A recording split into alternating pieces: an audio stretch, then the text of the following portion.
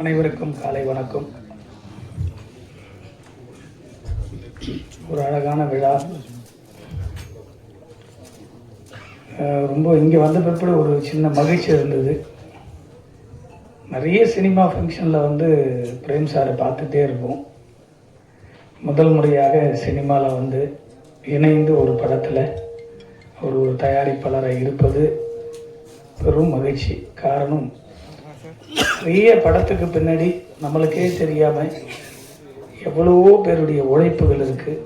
அந்த உழைப்புகள்லாம் தெரியாமல் போயிட்டே இருக்குது. ஸோ இந்த படத்தில் அவர் வந்து ஃப்ரண்டில் நிற்கும்போது உண்மையிலேயே மகிழ்ச்சியாக இருக்குது.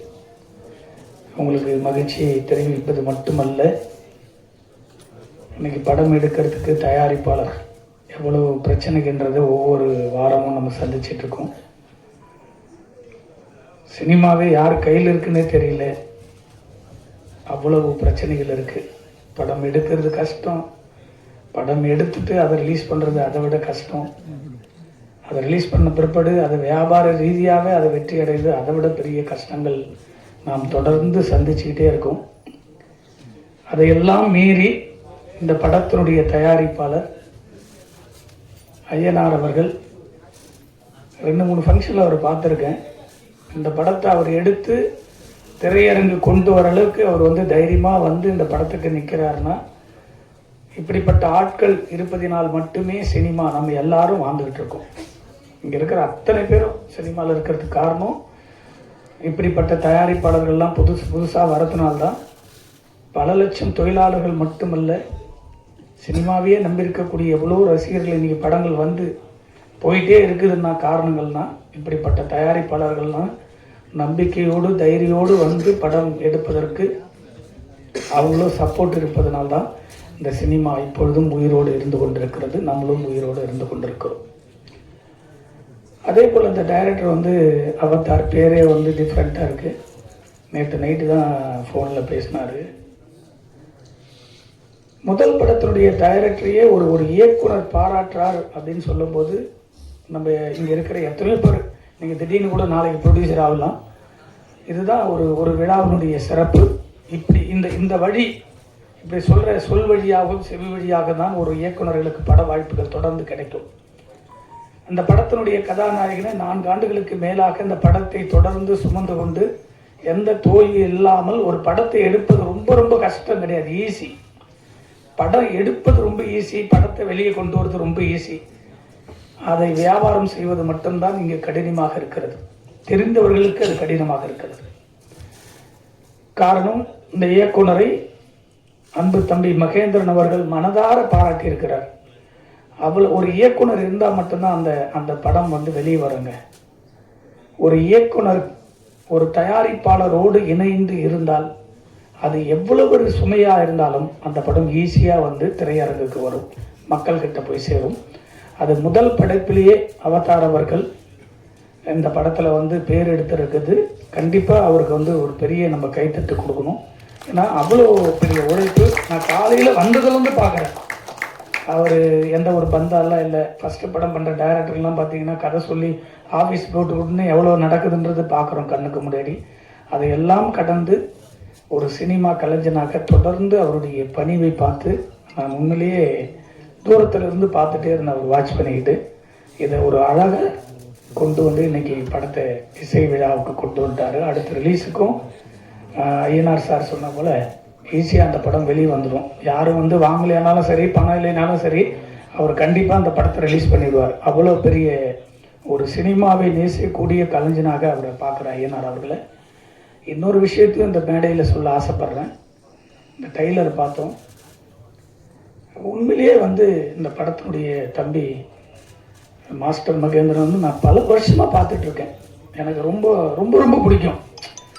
இப்படிப்பட்ட கலைஞர்கள்லாம் பெரிய இடத்த வந்து அச்சீவ் பண்ணணுன்றது நான் முன்னாடியே பார்த்துக்கிட்டே வருவேன்.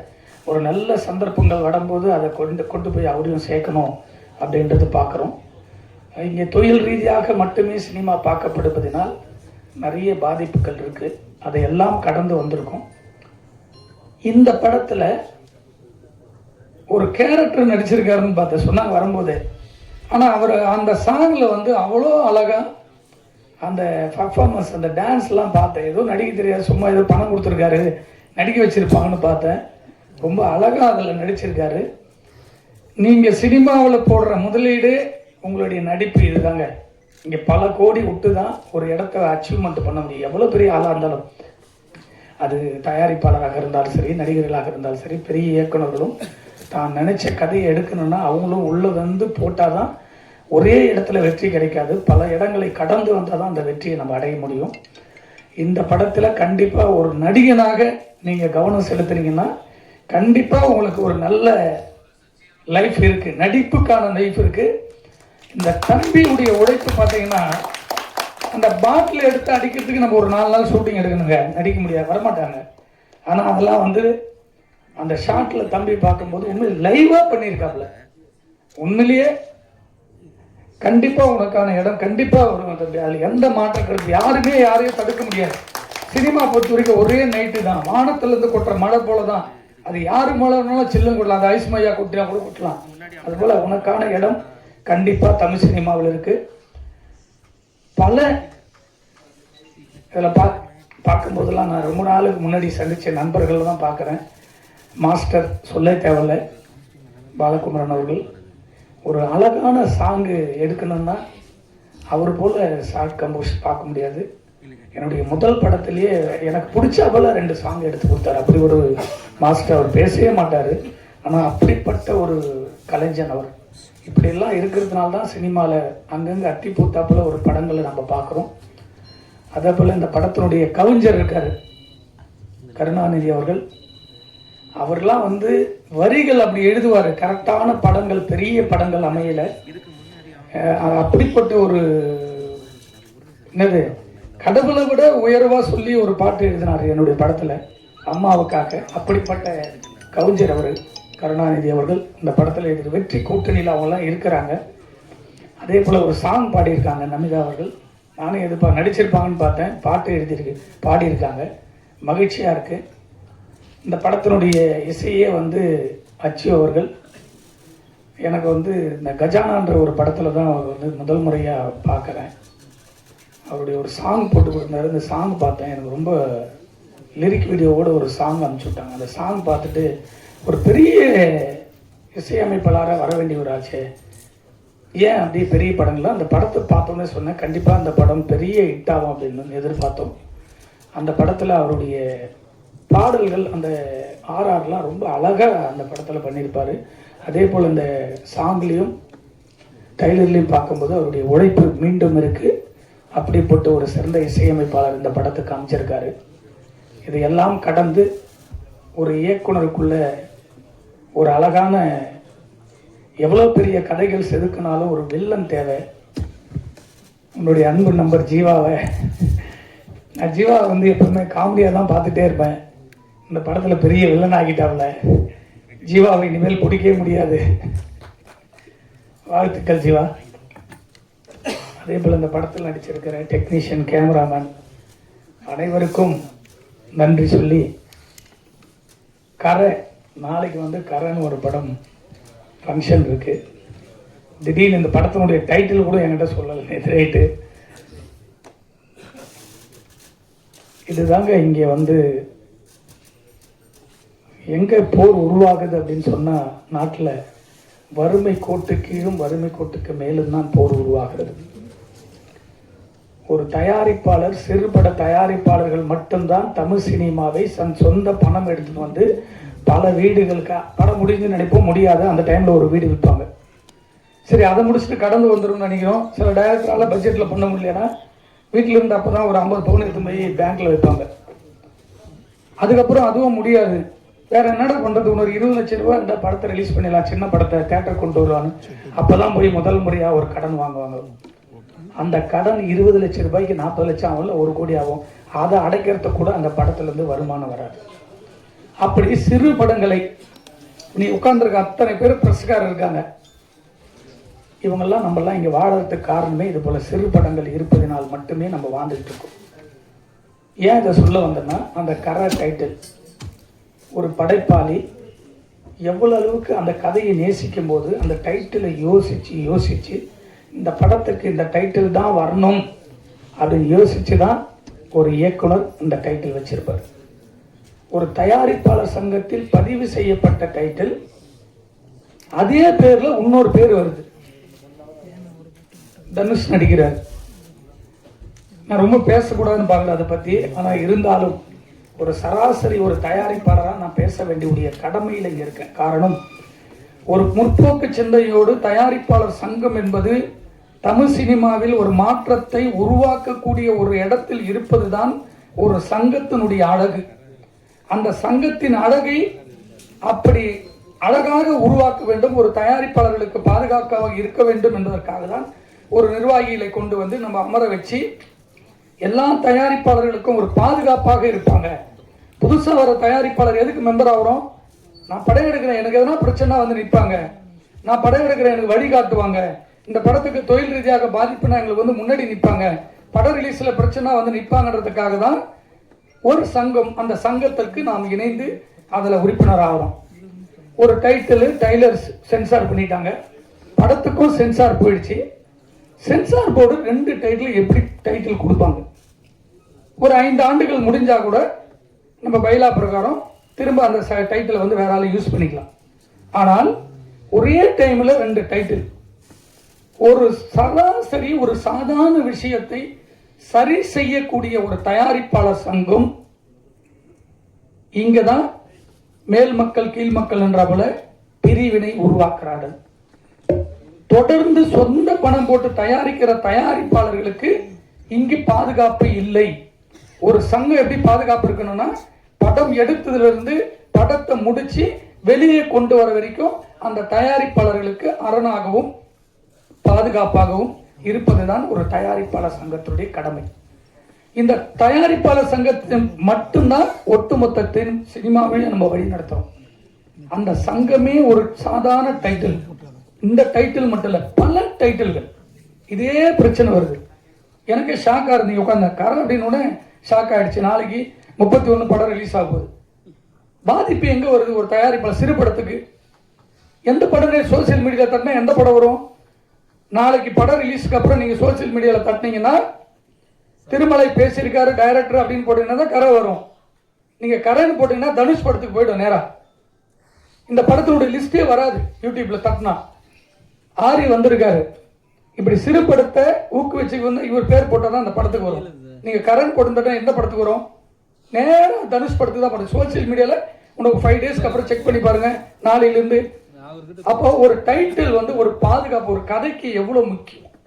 அப்படி செதுக்கி வச்ச ஒரு டைட்டில் பைலா பிரகாரம் சங்கத்துல பதிவு செஞ்சு ரெனியூவல் முடியுதுன்னா ரெனியூவல் சங்கத்துல இருந்து ஒரு தயாரிப்பாளர்களுக்கு மெயில் போட்டு, சார் ரெனியூவல் டேட் முடியுது அப்படின்னு கேட்டுட்டு கொடுக்கணும். யாருக்கானா திரும்ப ரெனியூவலுக்கும் லெட்டர் கொடுத்தோம்.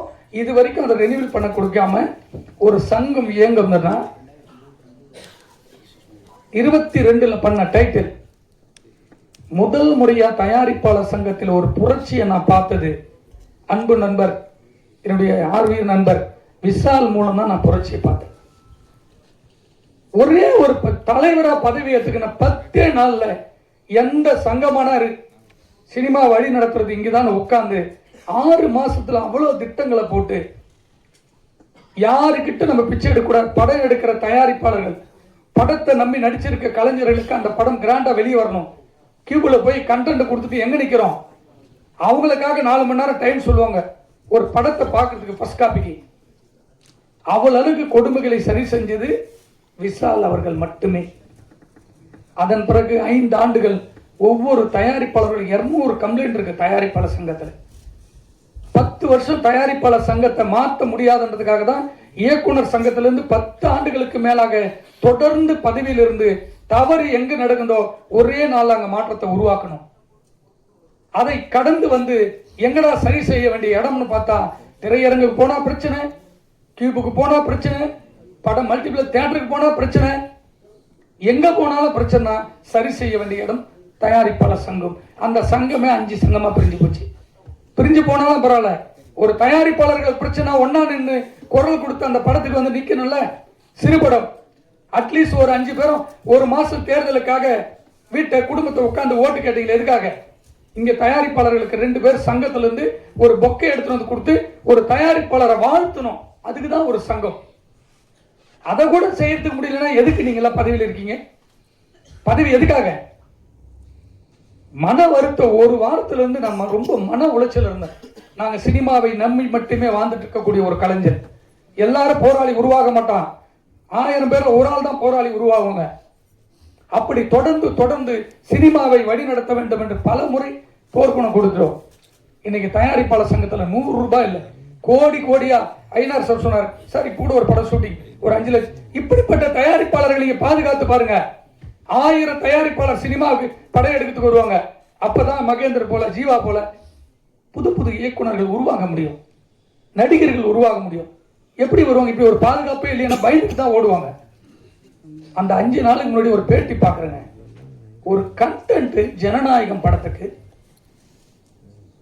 ஒரு எடிட்டிங் ரூம்ல இருந்து போது ஒரு தயாரிப்பாளர் சங்கத்தில் உட்கார்ந்து ஒட்டுமொத்த நிர்வாகிகளும் உட்கார்ந்து ஒரு கண்டனத்தை இமிடியேட்டா கண்டனத்தை தெரிவிச்சு ஒரு 100 பேர் ஒன்னா சேர்ந்து ஊர்வலமா போய் கமிஷனரை பார்த்து கம்ப்ளைண்ட் கொடுக்கறதுக்கு கூட ஒரு ஆள் இல்லைங்க இந்த தமிழ் சினிமாவில். இதுக்கெல்லாம் ஒரு சங்கம், ஒரு வீடியோ போட்டு பதிவு போடுறோம் ஒரு சங்கத்துக்கு. எவ்வளவு 500 கோடி ரூபாய் படம் எடுத்த ஒரு படம் சாதாரணமா வருது. இதுக்கு சோசியல் மீடியால கத்துற ஒரு இயக்குனர்களோ பெரிய நடிகர்களோ யாருமே இல்லை. ஒரு சிலர் மட்டும் கண்டனத்தை தெரிவிச்சிருக்காங்க. அதுக்கப்புறம் ஒரு 4 நாள் கடந்து கருணாஸ் கிட்ட ஒரு பேட்டி கேட்கிறாங்க.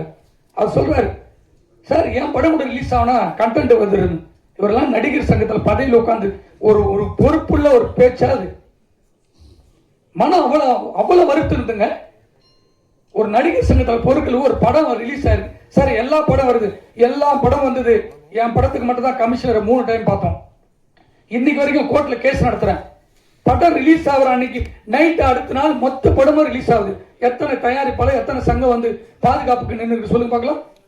தமிழ்நாட்டில் தவிர வேற எங்கன்னா ஒரு படம் ரிலீஸ் ஆகி கண்டென்ட் வெளியே வந்திருக்குன்னு எந்த மாநிலத்தில் சொல்லுங்க பார்க்கலாம். அப்ப தமிழ்நாடு என்ன எந்த நிலைமையில் நிற்கிற சினிமாவுக்கு பாதுகாப்பு? ஒரு தயாரிப்பாளர்களுக்கு பாதுகாப்பு கொடுக்க வேண்டிய தமிழ்நாட்டினுடைய காவல்துறையும் அரசாங்கமும் தமிழ்நாடு தவிர ஒரு கண்டென்ட் ஒரு படத்தை ஒரு ஆந்திர மாநிலத்திலோ கர்நாடகாலையோ கேரளாலையோ பாம்பேலையோ ஒரு மாநிலத்தில் ரிலீஸ் பண்ண சொல்லி பார்க்கலாம். இதை கூட தடுக்க முடியாம நம்ம எல்லாம் வந்து பல கோடிகளை போட்டு எல்லாம் படத்தை எடுத்து வச்சுட்டு வாரம் ஆடியோ ஃபங்க்ஷன். எவ்வளவு வேதனைகள். சாதாரணமா படம் வருதுங்க. படம் இன்னைக்கு ரிலீஸ் ஈவினிங் எல்லா சோசியல் மீடியாலும் வருது, புல் படம் வருது. ஏன் தடுக்க முடியாது? கர்நாடகாவில் ஒரு ஃப்ரேம் நீங்க விட்டு பாருங்க பார்க்கலாம். வெளியே வர முடியாது, குண்டா சுத்தி வெளியே வர முடியாது. கரெக்ஷன் போலீஸ் நினைச்சா ஒரே நாள் கண்டுபிடிக்க முடியலாம். குறைஞ்சது தனிப்பட்ட ஒரு மனிதனாக ரொமான்ஸ் ஒரு படம் ரிலீஸ் ஆகுது, ஈவினிங் கண்டென்ட் வருது, நேரா உண்ணாதவரம் உட்கார போய் கமிஷன் உட்கார்ந்து பிற்பாடு சார் 31 நாள் என்கொயரி, தயாரிப்பாளரை மட்டுமே கேள்வி கேட்கிறாங்க. எத்தனை கோடி படம் போட்டீங்க, எப்போ போட்டீங்க, என்ன பண்ணீங்க, எப்படி கண்டென்ட் போச்சுன்னு. ஏன்டா கண்டென்ட் இந்த சோசியல் மீடியால இந்த சைட்ல ஃபுல் படத்தை போடுறான். ஏன் படம் மட்டும் இல்லைங்க, வாரம் ரிலீஸ் ஆகிற எல்லா படம் வருது. ரஜினி சார் படம், கமல் சார் படம், எல்லா படம் வருது. அதை தடுப்பது யாருடைய கடமை? இது வரைக்கும் ஒரு நாள் இதுக்காக எதிர்த்து எந்த சங்கமான உண்ணாவிரதம் இருந்திருக்கா? ஒரு சங்கம் சொல்லுங்க. இத்தனை பத்திரிகையாளர் இருக்கிறீங்களா, இத்தனை பேர் நீங்க இத்தனை பேர் யாரும் ஃபுல் படம் கண்டிச்சிருக்கீங்களா? இது எல்லாம் வேதனையோடு. ஹீரோவே கண்டிக்கல சார், ஹீரோவே ஒரு வார்த்தை கூட சொல்லல. ஹீரோ கண்டிக்கல யார் சொன்னது? முதல் கடிதமே அவர் அமைச்சிருக்காரு சார். இருங்க, ப்ரொடியூசர் கவுன்சில் நான் தான் சார் கேள்வியே கேட்டேன். சரிங்களா, ஹீரோ கூட ஒரு வார்த்தை கூட சொல்லல. யார் சொல்லன்றது? நான் தான் சார் கேட்டேன். ஹீரோ வந்து முதல் கடிதமே அவர் அமைச்சிருக்காரு. யார் சொன்னது? லேட்டா தான் சார் அனுப்புனாரு. லேட்டா தான் அனுப்புனாரு. லேட்டானா எப்ப அமைச்சாரு? ஒரு வாரம் கழிச்சு தான் போடுறாரு அவரு. அவர் டைம் போட பாருங்க. சோசியல் மீடியால அனௌன்ஸ் பண்ண உடனே முதல் மீட்டிங் பெப்சியோட நடக்குது. பெப்சி மீட்டிங் போறதுக்கு முன்னாடியே விஜய் அவர்கள் அவருடைய கடிதத்துல இமிடியேட்டா கமிஷன் கம்ப்ளைண்ட் கொடுக்கிறார். ரெக்கார்ட்ல பாருங்க, ரெக்கார்ட்ல காமிங்க. நான் சொல்றேன் உங்களுக்கு. ப்ரொடியூசர் கவுன்சில் போட்டது 3 நாளைக்கு அப்புறம் முதல் மீட்டிங் போட்டது நடப்பு சங்கம்.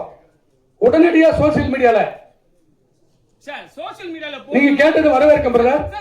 நீங்க தயாரிப்பாளர் சங்கத்துல கேட்டீங்களா? என்னைக்கு மீட்டிங் போட்டாங்க? நான் கேக்குறேன் சார், சோஷியல் மீடியால போடணுமா இல்ல வெளியே வந்து பத்திரிகைகிட்ட வந்து பேசணுமா? என் படம் ரிலீஸ் ஆயிடுச்சு, இனிமே தடுங்க, யாரும் வந்து படத்தை பார்க்காதீங்கன்னு சொல்லணுமா? யார் சொல்லணும்? விஜய் சாரே சொல்றேன். நான் இன்னைக்கு தேர்தல்ல வந்து அவர் வந்து பத்திரிகையாளர் சந்திப்பாரா? அவர் உங்ககிட்ட கம்ப்ளைண்ட் கொடுக்கணுமா? போலீஸ் ஆஃபீஸர்கிட்ட கம்ப்ளைண்ட் கொடுக்கணுமா? சார் தேர்தலுக்கு அவர் என்ன பத்திரிகையாளர் பத்திரிகையாளரே மீட் பண்ணலாம். உங்களுக்கு விஜய் மீட் பண்ணலாம். ஸ்டாலின் பிடிக்கலங்கறதுக்கா இல்ல மீட் பண்ணலாம். நீங்க கட்சி நடத்துறாங்க, ஆதரவா பேசாதீங்க சார். எது? உங்களுக்கு விஜயும் ஸ்டாலின் பிடிக்குங்கிறதுக்காக விஜய்ல கிடையாது. இல்ல. ஏங்க நான் பொலிட்டிக்கல் வேற. ஆண்டுகிட்டு இருக்க கட்சி நான் பொலிட்டிக்கல் வேற. இருக்குது. நான் பொலிட்டிக்கல் வேற. அது நீங்க பண்றது நான் சொல்றது சார் கம்ப்ளைண்ட் எங்க கொடுக்கணும்? சார் ப்ரொடியூசர் கவுன்சில்ல என்ன சொன்னாங்கன்னா எலெக்ஷன் கம்ப்ளைண்ட் எங்க கொடுக்கணும் brother? உங்களுக்கு தெரியும். கம்ப்ளைண்ட் எங்க கொடுக்கணும்? சார் கமிஷன் ஆபீஸ்ல கொடுங்க. அங்கதான் கொடுத்திருக்காரு. சார் விஜய் அவர்கள் யார்கிட்ட சொல்ல கமிஷன் ஆபீஸ்ல முதல் கம்ப்ளைண்ட் அவர் தான் கொடுத்திருக்காரு. அதுக்கப்புறம் தான் இருக்கா சார் நடப்பு சங்கம் சார் அந்த காப்பி இருக்கா இருக்கு சோசியல் மீடியால இருக்கு. சோசியல் மீடியால இருக்கு. என்ன சொன்னாங்கன்னா சொல்லுங்க. பத்திரிகையாளருக்கு முன்னாடி சொன்னாதான் ஊர் மொத்தமும் போய் சேரும்னாங்க. சரியா? ஒரு நடிகர் அவ்வளவு பேர் 400 கோடி 500 கோடி போட்டு செலவு பண்றீங்க, ஆனா வந்து ஒரு வார்த்தை சொல்ல மாட்டார். வெளியே வந்து என் படத்துக்கு வந்து பிரச்சனை ஆச்சு மட்டும் வந்து நோட்டீஸ் மட்டும் அனுப்புறாரு. காரணம் உங்களுக்கு ரெக்வஸ்ட் சொல்ல பர்சனல் வேற. அவருடைய ஃபுல் படத்தை ஒரு தயாரிப்பாளர் கம்ப்ளைண்ட் கொடுக்குறாரு.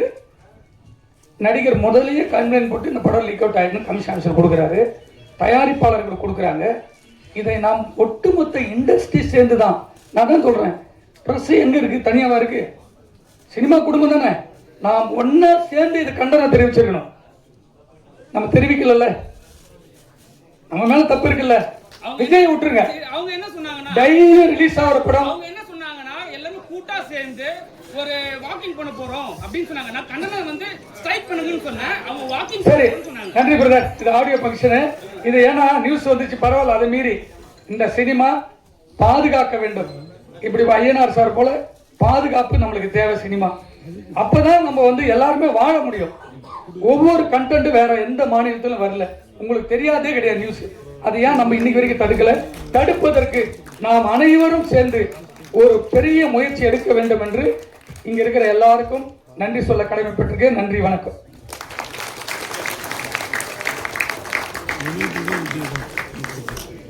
Thank you sir. அடுத்தபடியாக